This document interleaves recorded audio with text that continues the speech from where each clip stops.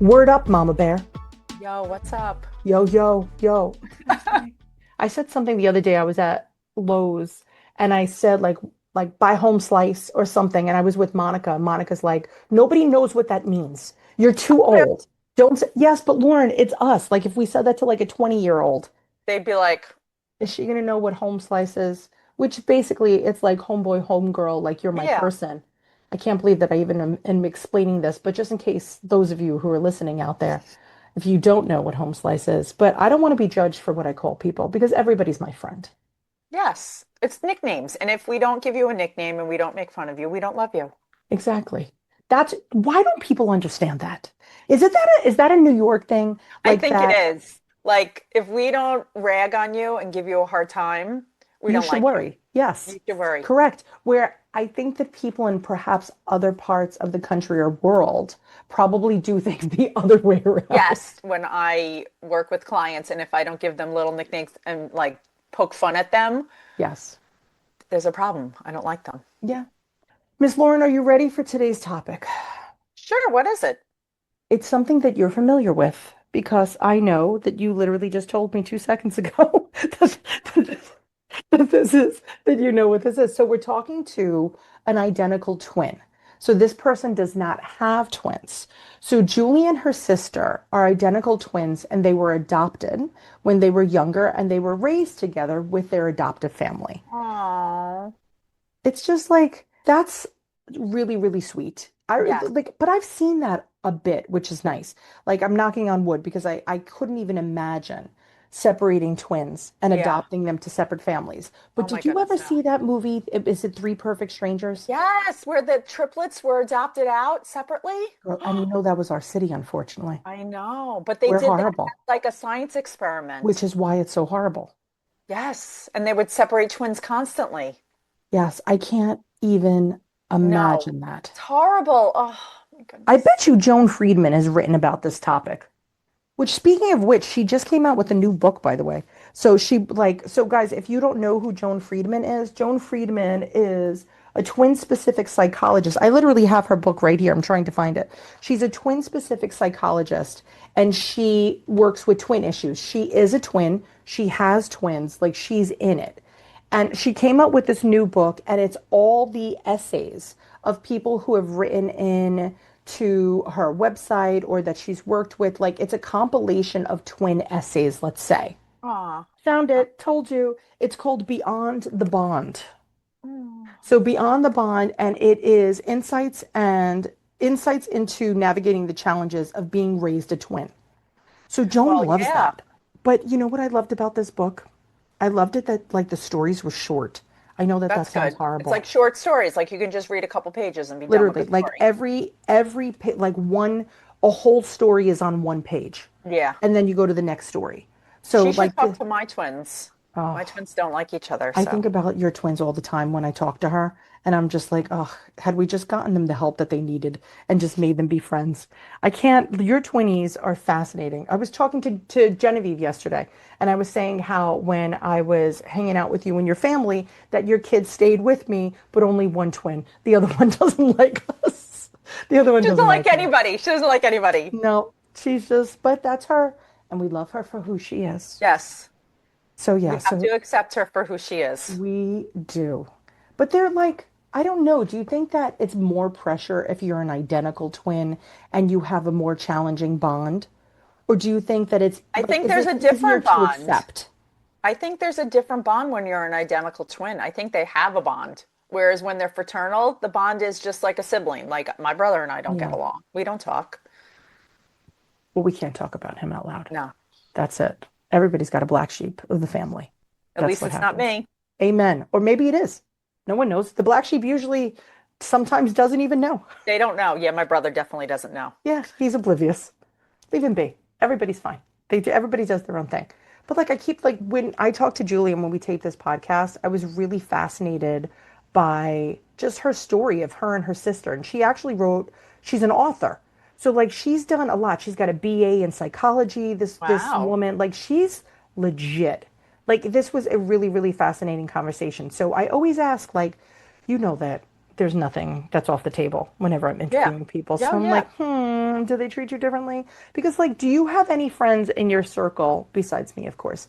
Well, not me because I wasn't adopted, but do you have any adopted friends in your circle? Do you have anybody that you're friends with that was raised in an adopted house? Yes, I do. And then my next client adopted twins, but then had twins. That's what I love. So I Could you start with her on imagine? Sunday. But I do have I have a doula friend who was adopted from Korea. A doula friend. Yes, I Yeah. have quite a few friends that were actually adopted. Yeah. So I don't know like how that is. I feel like sometimes our population is so big that statistically we're going Yeah, to there's run got to into be. adoptive people more than most. And I do have a mom friend who was adopted, now that I think about That's it. what I'm saying. It's A like we neighborhood know mom people, friend. Yes. but like think about what it would be like to be adopted. But think how different that experience could be if you were there with your identical twin. Yeah. Like at least there's somebody there. Yeah. Like Yeah. no matter That's, how different that house may be, you always have yes. your lighthouse right next to you. Yes. She's really fascinating. The whole thing is really it's a fascinating story, and I'm really excited that she even gave us some time. So are you ready to hear Julie and hear her story? Yes. All right, Mama Bear, here we go. Here's Julie, guys.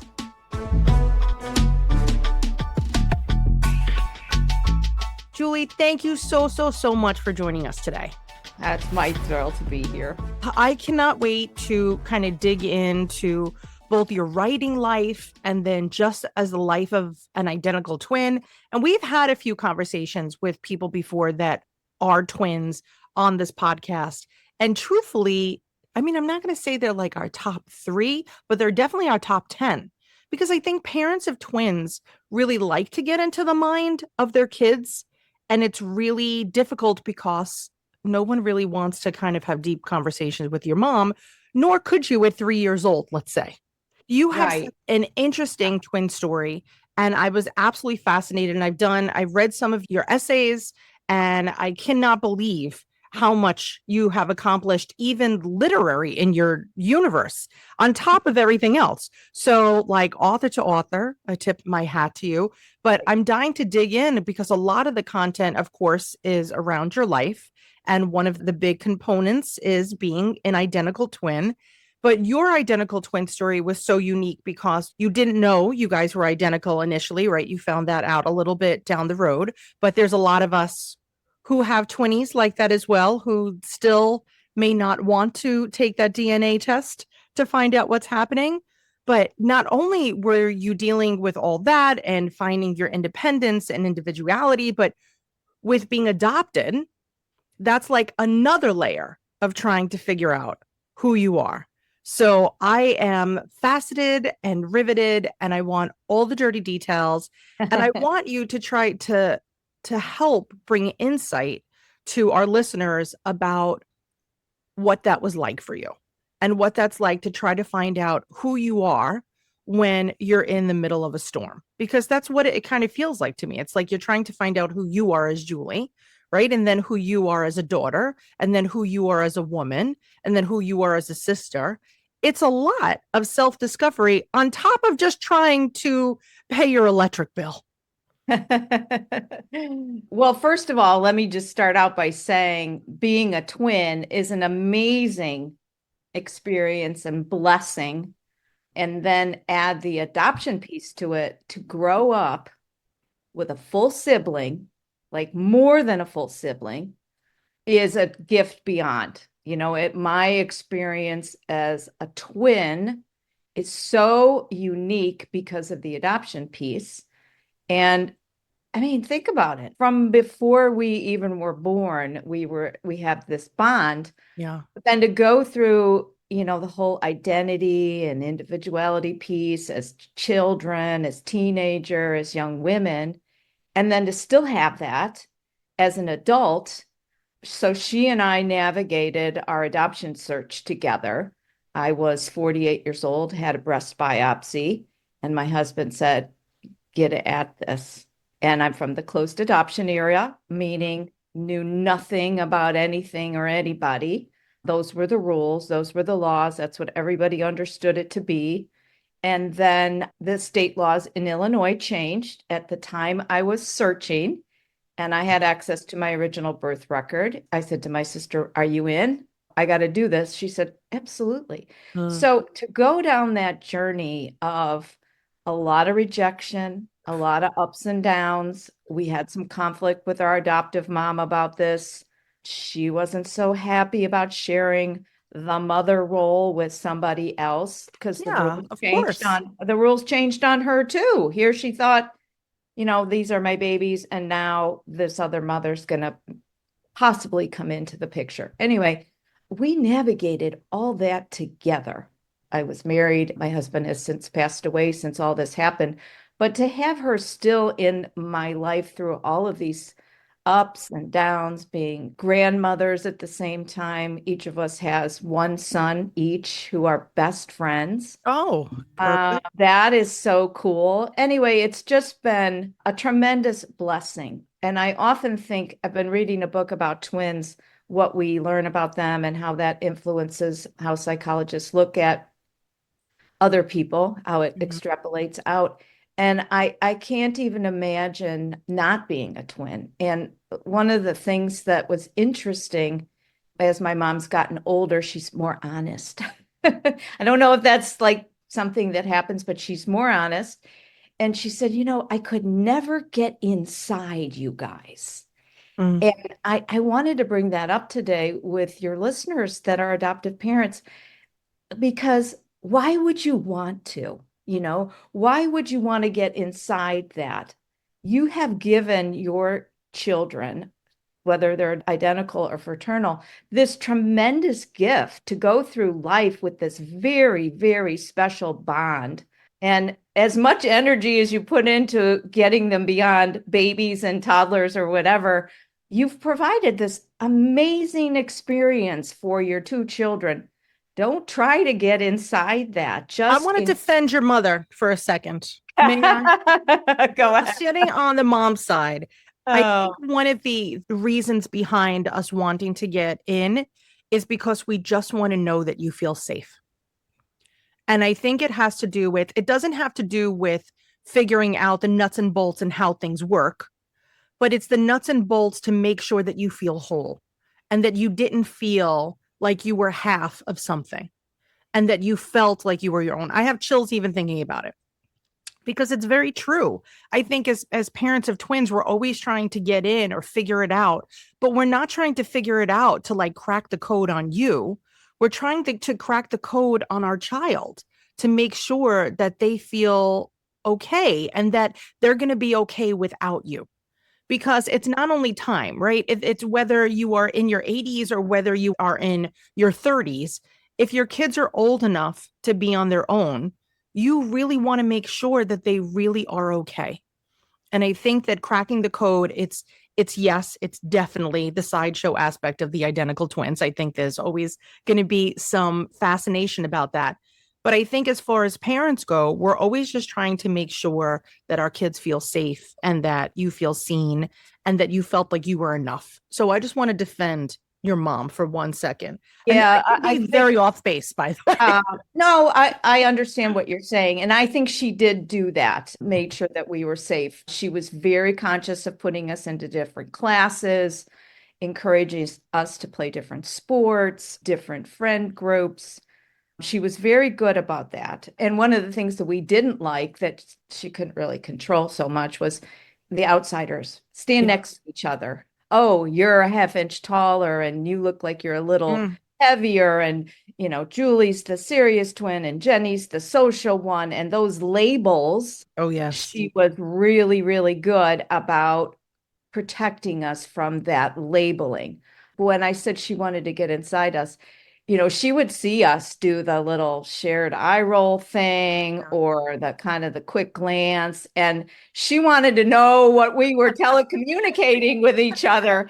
And Oh, we weren't going to share that. And we still don't. Like even our husbands, we still do ridiculous stuff like showing up with the same pair of pants and shoes and not even talking about it.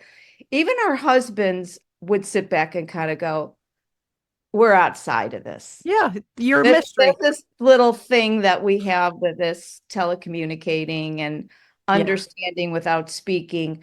And that goes back to our original conversation talking about this adoption search Mhm. stuff. Wow. to know that she understood when we were in that embrace with Mm. our birth mother, just to look at her, to know that she felt the same Yeah. thing, this awe, this wonder that was percolating for 50 years. We were in it together, was just, all I can say is a gift and a blessing, which feels like an overuse of both of those words. So mom, I think, sits back now and kind of just loves the fact Yeah. that we're both still in our lives and taking care of her. And we are the yin yang. If one of us can't do it, the other one does. And that passenger driver thing, there wasn't ever really somebody that was in charge all the time. We would pass the responsibility over to the other one. And I think that that's a nice thing. It's a little bit like a marriage, right? Yeah. It's a relationship. It's one of the strongest relationships you could ever have. I mean, it really it's right up there. So, of course, it's funny that you said that your mom, as she gets older, she's getting more honest. I have used the term, how there's a bucket list. Yeah. Well, I have coined the term the F it list. So you could fill that in because I feel like that's what my mom is going through. And no longer she just has no F's to give and she doesn't care. So she's burning all the bridges as she walks over them. And good for her. I look forward to that someday. I'll drink to that. Now, Julie, what if Jenny said no when you first thought about starting this exploration? And what, you're going through this whole biopsy situation, and it's such a scary thing to go through. And for you trying to find that piece of you that you still want to learn more about, what if she said no? Yeah, I've thought about that. Well, I was definitely going to have to go forward anyway to figure out if breast cancer ran in our family. And we did find out that it did. So it was good for all of us. Between us, we have 4 daughters. And certainly breast cancer can happen to guys too, as we know now. She hesitated. This wasn't something that we were actively ever thinking we were going to do. It sort of landed in our lap. Yeah, we got to try this. And she hesitated because she knew that it wasn't going to go over well with our folks. Yeah. And that loyalty issue with them, I think, was part of why we hadn't gotten at it before then. So, and that's true of a lot of adoptees that, they wait until their adoptive parents are deceased, or just because if you've had a good life and you feel very loyal and you kind of, you don't know what you don't know. What are you walking into? True. But we did walk right into it, and it's sticky business. There's a lot of shame and loss around the whole adoption equation for everybody. So we walked right into that, but we walked into it holding hands, if you will, because we talked about everything along the way and how to address all of the ups and downs. We never did meet our birth father. He absolutely flat out rejected us and didn't want to meet us. But so interesting, and I won't spoil it if anybody wants to read the memoir called Twice a Daughter, which is about that search. We find a brother and a sister, and we have a crazy synchronicity connection to him. And it turns out that anyway, our paths have been crossing, overlapping one another, and then we figured it out. But he was the change maker. That half brother was the change maker in a lot of relationships. And I think when you ask enough questions of people, you do figure out, like the guy sitting next to you on the plane. If you ask enough questions, you end up knowing somebody that they know. And that definitely was the case in the search. And it influenced how my mom reacted to the whole situation ultimately. So a happy ending for the most part. And I do like to say that while I would have liked to have seen my birth father and been in the same room with him and eyeballed him, I don't feel one iota of longing for that relationship because I had a fabulous adoptive dad. Brings tears to my eyes to even think about him. He was a great dad. And my twin sister and I, we both agree my parents had 3 adopted kids and 3 biological kids. We were the only twins. We were the oldest. By far, we were his favorites. And I think it's because of the twin thing. He got such a kick out of both of us, and he was always up first thing in the morning and chatting with us in the morning, would drive us to school. And we really did feel like we were special and we were his favorites. So Yeah. Well, you were learning how to be an identical twin the same time he was learning how to be a dad. there you go. There you go. So you were on the job training together. Yes. Well, we got his sense of humor too. He had a very silly sense of humor, and he knew he would get not one giggle, but two giggles Oh, oh yeah, it's out of his true. little practical jokes. You have an audience with twins. It's really true. Honestly, I should have started writing stand-up comedy when the kids were little to see if I could win them both over. They're both such tough crowds. So you were adopted at infancy. Yeah, 3 weeks old. When did the conversation of adoption even come up, if at all? Like, when did that happen in your family? It is so different for every family. There are people who always knew from the time that they could remember that they were adopted. And then, of course, there were people who found out much later. Where was the finding out about your adoption and your lifeline? I seem to always have known, but when I went back to write this book that's coming out in February, which is about being twins, growing up as adopted kids in this big blended family, it was right around age 4. When I was 4 years old, President Kennedy was assassinated. And it was right around that time, because I have vivid memories of those kids, Caroline and John, Mhm. they lost their dad. Are they going to get new parents like we got new parents? And so my parents must have told us sometime that year about being adopted. I don't remember even being faced by that. Mm. If you're feeling secure and loved, and I had this special bond with my sister, I don't remember being fazed by it. When it started to really hit in that this was unusual, and in that era, so growing up in the 60s, a bit of a stigma, was when I knew other people knew about it, who I didn't talk to about it, and they had questions about it. And I didn't want to talk about it. I have a chapter in my next book, Twice the Family. The title comes from my parents getting twice the family when they got twins. I'm on this sleepover, and this friend of mine says, "You guys are adopted, right?" And I was like, "How do they know about that?" I never told them. So that realization that people are talking about you, Mhm. they're talking about your family, how your family is put together, and that, why were you adopted? Well, I couldn't answer that. Mhm. I didn't know. Closed adoption. I didn't know why we were adopted. And I certainly didn't want to talk about it to somebody that I hadn't brought it up with. Mm. So I quickly realized right around 10 and 11, this is a bit of a stigma.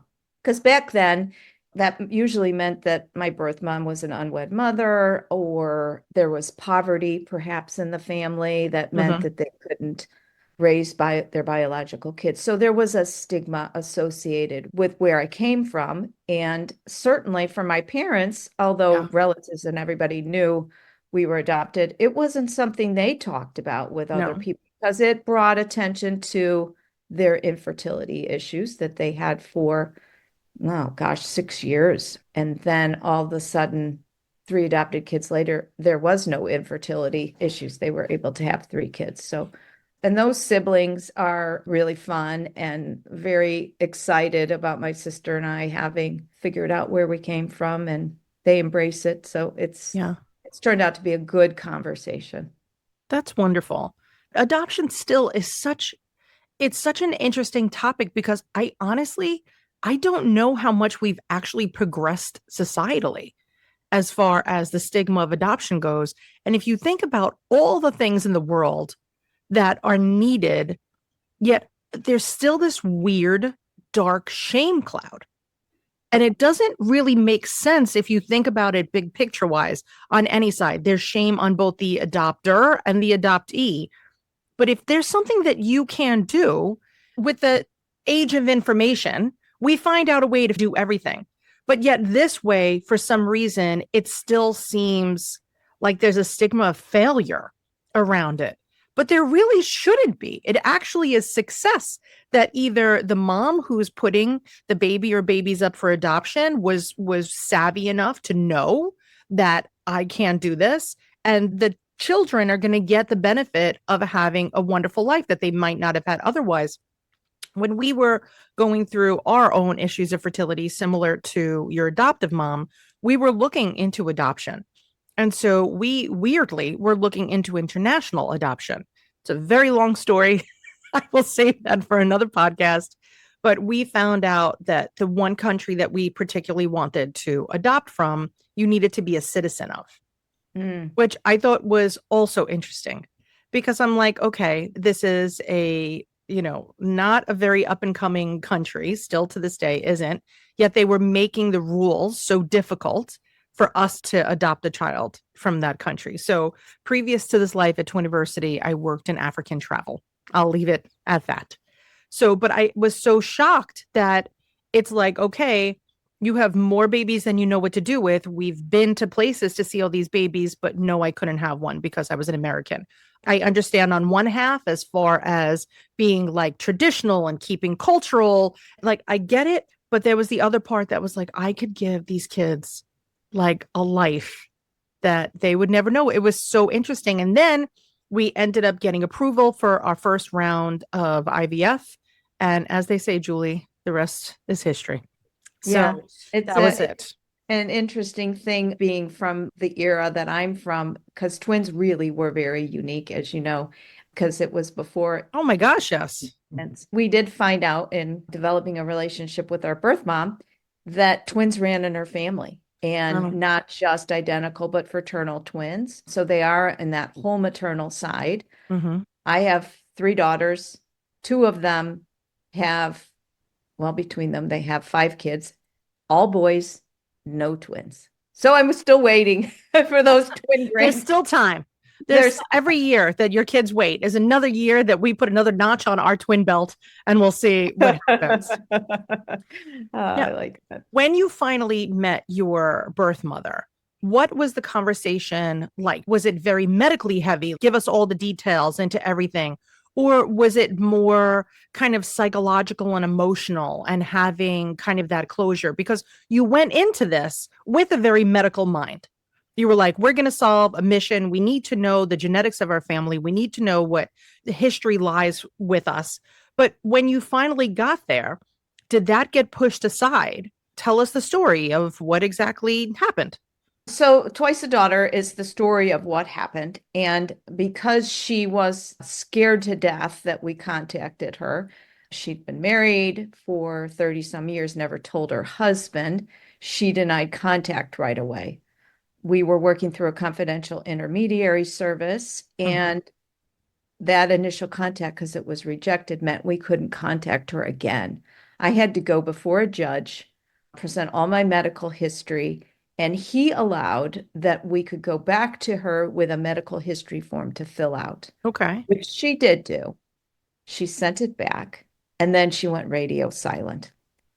About 9 months later, she called the intermediary. See, I don't know her name. I wasn't allowed to know her name until she gave permission.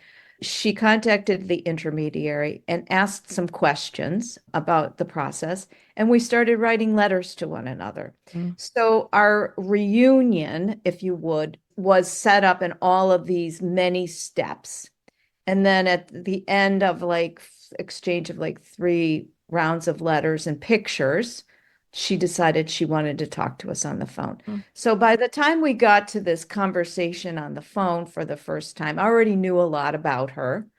And we dove in person after talking on the phone with family history. We were past the medical stuff, and we dove into the medical history, but we also dove into her guilt and shame about what happened with our birth father. She was the oldest of a big family. They would have disowned her. Religion was a factor. And she hid behind secrecy she was in her 70s when we found her. So this had been a big thing that she had internalized, this secret, this shame. She hadn't told her husband. And it's still part of our relationship, which I completely give her free reign with that. We see each other every few years or so. She's 92. She doesn't live anywhere geographically convenient to me. I talk to her on the phone, but it's really uncomfortable for her when we come to visit Mm, because she's got to explain. She's in a bubble in her assisted living center of her peers yeah. that still think of unwed mothers as a sinner, shameful, Hmm. all of that. So to go visit her very often is difficult for her, and it's difficult for us because she can't help herself. I'm Yeah. giving her a lot of grace here. She can't help herself with the what happens when she introduces us to people. We Mm, get introduced as these are relatives visiting from Chicago, not these are my daughters. yeah. So we're careful around each other. We've set up enough boundaries. We want to be in relationship with one another, but we get where we're coming Yeah. from. And so I'm careful with myself too, because my mom and dad treated my sister and I as you guys are so special. You're so beautiful. I mean, talented, whatever. They were wonderful parents. So I grew up with this pretty good self-esteem. And then to go into a relationship with somebody that I've always wanted to know and be Mhm. treated less than, I have put up those boundaries Yeah. where I can only do so much so often if I want to be in relationship with her. Does that all make sense? It does. That's tough though. That's tough because the thing is having that relationship, a mother-child relationship is really one that's known to have no boundaries. And so to create that and then to know that there's all these walls put up, but honestly, I understand where she's coming from. I really do. It was such a different world. It was so, if we think about how bad it is now with the stigma of adoption, forget it. My father had an aunt that after she passed away, I was 18 years old. I was living on my own, really weird. I had a landline and I got this call from the Postal Service. And the Postal Service was asking me these questions about family names. I'm like, I don't think this is the Postal Service.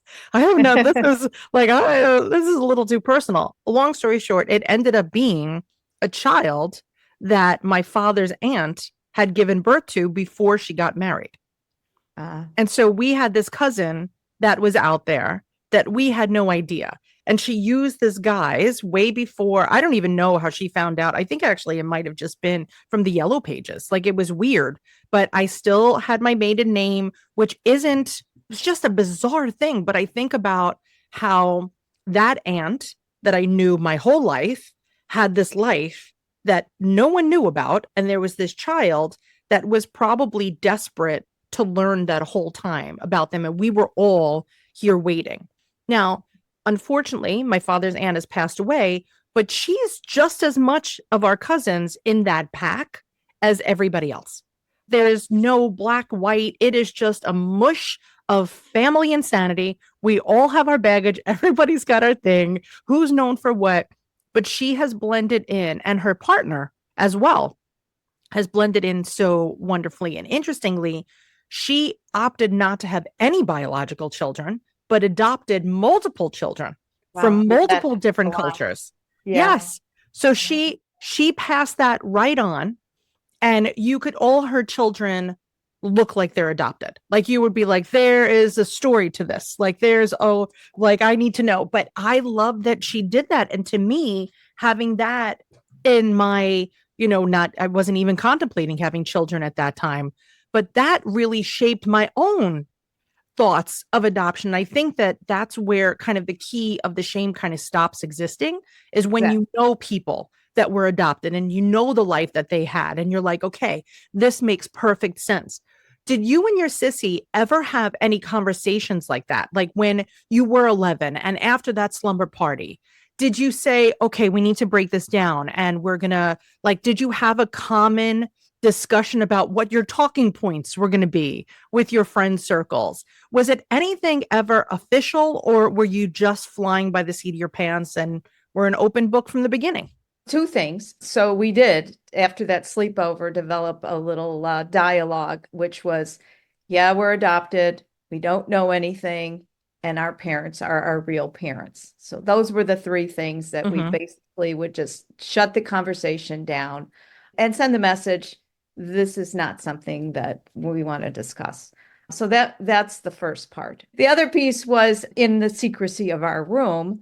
She and I, and this is something I've learned subsequently, adoptees are famous for this. We developed our own little fantasy about our birth parents. Mm. So we decided that they were teenagers. She was the head cheerleader. He was the big football star. They were intimate. This happened. They wanted to go to college, and we were inconvenient. We liked that little fantasy. That's the one that we believed. And it got us through like, okay, they're out doing their thing and maybe our paths will cross sometime, but here we are. We've got this great family that we live in, lotta, lotta, lotta. In our 50s, we got the non-identifying information from our adoption agency's file. Guess what? None of that was true. No high school sweethearts? They No, were not no high school. smooching under the bleachers? No, they were co-workers. They were well into their 20s. She was a little bit older than him. And it wasn't the fantasy. And it took Yeah. a little while to kind of go, okay, assimilate this new identity into our beings. But we were adults, so we were able to do that. One of the interesting things, I'm just going to go back to the DNA stuff, finding out that we were not fraternal twins because we thought our whole life that we were. We did this DNA test and found out we were identical. And one Christmas, not too long ago, I gave the DNA kits to my kids and she gave some to her kids. So a couple of my kids wouldn't do it, sharing information with whoever, but two of them did do it. And my twin sister's son did it. My nephew Mm-hmm. was a little bit closer related to me than two of my children. Fascinating, right? Like 0.1 or something like that. But one of my daughters, when she sent it in and it came back, it showed up she had two mothers. Oh, Yeah, two mothers. And my husband hadn't submitted his or something. And she says, how is it this I have two mothers and no father? yeah. And another thing that has happened, interestingly enough, just a couple of times, I do clear, the retinal scan at the airport. A couple of times, her picture has shown up for Oh, my retinal scan. oh, So, again, proof that, yeah, we're identical. I don't know about the fingerprint stuff, but we get a kick out of it. She's like, oh, yeah, so-and-so thought I was you in the grocery store. And I just pretend that I know who they are. And then I introduce and say, yes, we may have met, but I'm really Jenny. I'm Julie's twin sister. And as far as the writing the books and on doing all that, she always had full right to correct, change. If something she didn't like, I would have taken it out. When my first book came out almost 4 years ago, Twice a Daughter, it's a picture of us on the cover as teenagers. We look exactly alike. She got the copy in January, and by March, I was like, Jenny, did you read this? She said, I know how it ends. I trust you. And I think that defines our relationship is, I could have written all sorts of stuff she might have been uncomfortable about, but yep. she knew that I had her back. She knew I Of wouldn't course. say something that she was uncomfortable about.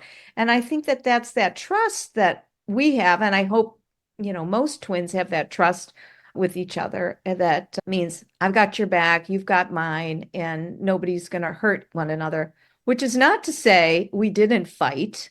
We Yeah. did. It was mostly about clothes and cars, never about boys. Our voices are a lot alike. So we did sometimes get rid of a guy on the phone that one twin didn't want to talk to and Aw. pretend we were who we were not. I was shy. We never took tests for each other in college or anything like that, but I know that some twins have. One interesting thing, having written these books about adoption and twins, is I've gotten to know several sets of twins that were also adopted. Mm. And So I know of 5 sets of twins adopted through Catholic Charities, and all of them are women. And I've gotten to be good friends with one in particular. And it's fascinating to know that you share not only the twin piece, but the adoption piece. And Mhm. it's been a really, going back to what you mentioned earlier, it's an important dialogue. Talking about this experience about being adopted is in and of itself important, but then Mhm. adding the adoption piece to it is also a great conversation because I have a brother that's adopted 2 years younger. I'm not biologically related to him. We understand each other a lot, but not fully because he's Yeah. not a biological sibling. And we did all have each other's back growing up, though, too. Of course. Well, you're still a team. You're still team family. It's such a fascinating story, and I'm so excited. I don't know if I'm entitled to a pre-free relaunch, Oh, just saying. yeah. But Uh, I think that your whole book catalog so far is unbelievable. And we've worked with Dr. Joan Friedman and Dr. Nancy Siegel, who are kind of the experts of psychology in this area. And I am always fascinated by their literature. And that's actually how I met Joan, was when my 20s were little. I read her book, like Emotionally Healthy Twins. And it's so funny to have her. It's not funny, it's so surreal to have her as a peer when mhm. you read somebody's book and you were like, this is my, this is my twin Bible. Like, this is going to be kind of what, I was experiencing with my fraternal twinnies at the time. It was really, really could relate. And I can't even imagine how much people are going to get out of all of your books, not just the one that's coming out kind of this spring, fall, whatever it is, but it's our launch date is February 4th. It's called Twice the Family. It's a memoir of lost love and sisterhood. And I am super stoked all the information will be in the show notes. So everybody could pre-order now. And, honestly, it's definitely going to be one of those gifts that you're probably going to want to give to your twinnie or to your children because they might be twinnies and you could have been in this situation. But Julie, just like sincerely from like all the twin moms around, thank you for giving a voice to this pocket of our little community that we know exists, but nobody's really put a voice to it. And that's kind of where you've come in. So, on behalf of all of Twiniversity, I thank you and Jenny for everything that you have shared with us because you're so generous with that and you're so honest and it's raw, if anything. And it might be too much for some people. This may be a book you pick up, you read a little bit, and you're like, today is not the day I could finish this, but it's going to be there. And it's definitely going to be one of those books in our twin parenting library that's going to stand the test of time. So, Julie, sincerely, sincerely, sincerely, thank you so, so much for playing with us today. Thank you for inviting me. This has been really fun. Oh, I love it. Okay, guys, for everybody out there, we're going to put all the information about the books in the show notes. So you will have that. So no matter where you are watching, know that we will get you this information. And if you have questions for myself or for Julie or anything about this topic, do not hesitate to reach out to us at community@twiniversity.com.